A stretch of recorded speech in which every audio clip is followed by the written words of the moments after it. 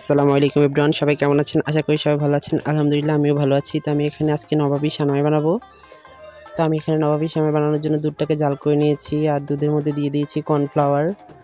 এই যে দুধের ঘনত্বটা আপনাদেরকে দেখিয়ে দিয়েছি। এখানে আমি সেমাইয়ের উপরে দুধ দিয়ে দিচ্ছি।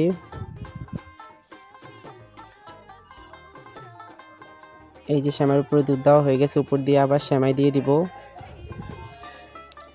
আর এখানে অবশ্যই লাচ্ছি সেমাই নিতে হবে।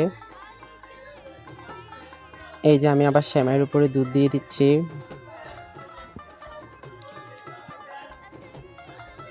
এই যে আবার সেমাই দিয়ে দিচ্ছি। এভাবে করে আমি পুরা বাটিতে দিয়ে দিব। এখানে আমি এই কর্নফ্লাওয়ারটা নিয়েছি আর এই সেমাইটা নিয়েছি। এই যে উপর দিয়ে আবার সেমাই দিয়ে দিব।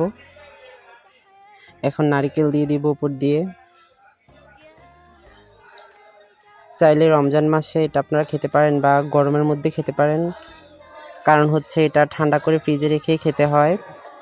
সবাই ভালো থাকবেন, সুস্থ থাকবেন। ভিডিওটা ভালো লাগলে ফলো দিবেন। আল্লাহ হাফেজ।